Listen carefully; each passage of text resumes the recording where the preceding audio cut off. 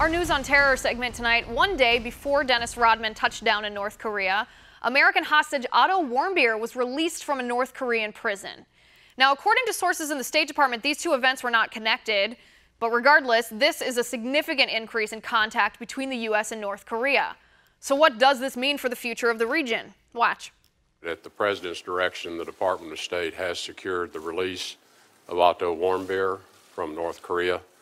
He is on his way en route home to be reunited with his family.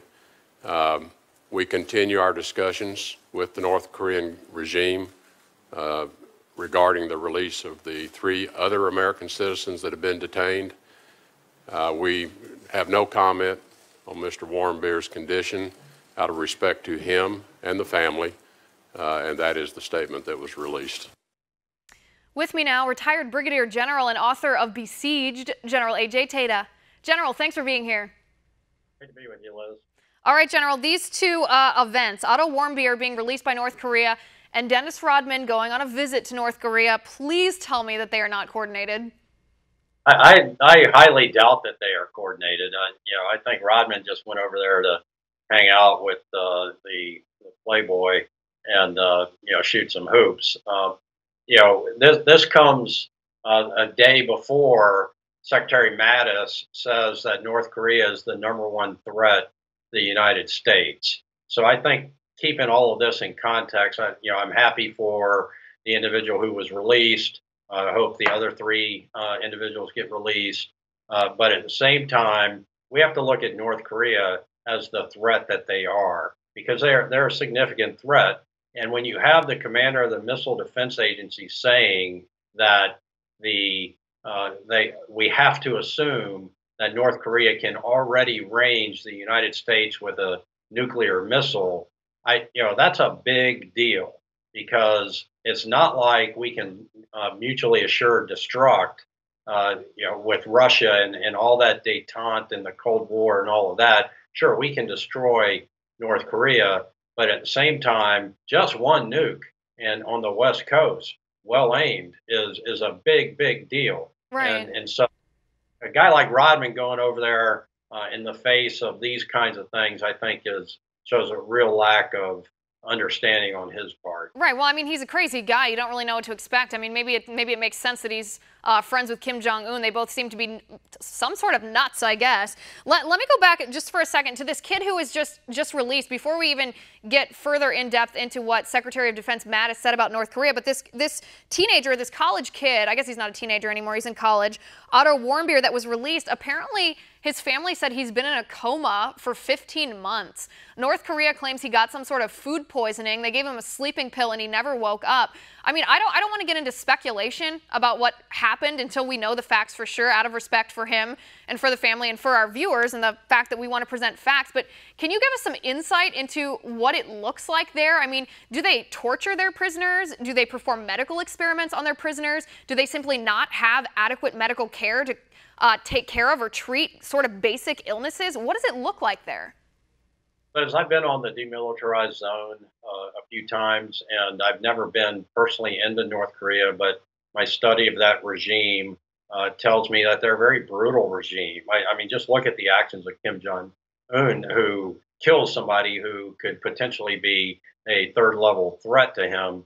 So that, every organization or country or whatever takes on the personnel of its leader. And so these people, I am sure, I would believe, have mistreated individuals in the past that would lead to mistreatment of the current people that they hold. So they're brutal. Their special forces in particular are no holds barred kind of folks, and they are trained in torture techniques. So it would not surprise me if he was tortured. There may be a perfectly legitimate medical reason that he was in a coma for this long. However, it's highly suspect, in my opinion, based upon what I know about the North Korean regime. Right, right. And certainly prayers go out, thoughts and prayers go out to his family. He's actually from my hometown, Cincinnati in Ohio. I think he's set to go back there today. Praying for him and his family. But I guess going back, I mean, this is one of the reasons Secretary Mattis said that North Korea is such a threat to our security and our peace, that they could have the capacity already to launch a nuclear missile that could reach the continental United States here. But I guess in a technical sense, Secretary Mattis said about 4 or 5 months ago, he listed Russia as the #1 threat to the United States, and now he's flip-flopped that. He lists North Korea as first and Russia as second. What happened in between 5 months ago and now to change that? Well, the pace of the testing of the missiles and the nuclear testing, I think, has caught everybody a little bit off guard. They, over the last 8 years, have been really unimpeded in their preparation for total warfare. And so the rapid pace that they have been preparing for nuclear and ballistic missile launches caught everybody by surprise. And you got to remember, Secretary Mattis was, initially briefed that, he was out of defense for a little bit and then came back in. And so this was initially, Russia with, 6,000, 7,000 nukes. Yeah, they're the #1 threat. But now when you've got someone with means and unstable intent, as we talked about earlier with Kim Jong-un and Dennis Rodman, then that's a real potent brew that you really, probably rises to a level higher than Russia right now, because that unpredictable intent is there. Right, capacity and motivation. It's a dangerous cocktail right there. Last question, General. What's going to cause China to act? Because realistically, I think when we're looking at this situation, you're certainly the expert on this, not necessarily me, but it seems to me that if the United States were to get involved, it would almost have to be militarily. China's the only country that could really leverage such power on North Korea, not militarily, that would impact North Korea's action. What's going to prompt them to actually take that action? Well, I think we saw some of that with President Trump's discussion with President Xi, and so hopefully that he went back and moved troops to the border, and he did some demonstrations, and hopefully there's some back channel stuff happening right now.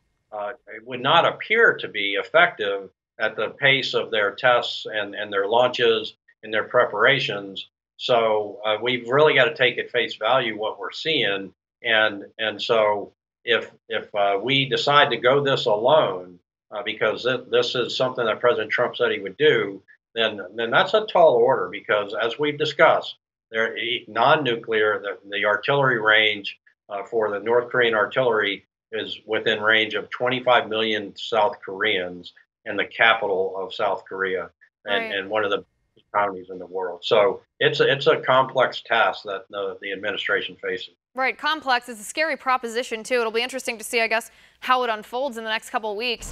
General.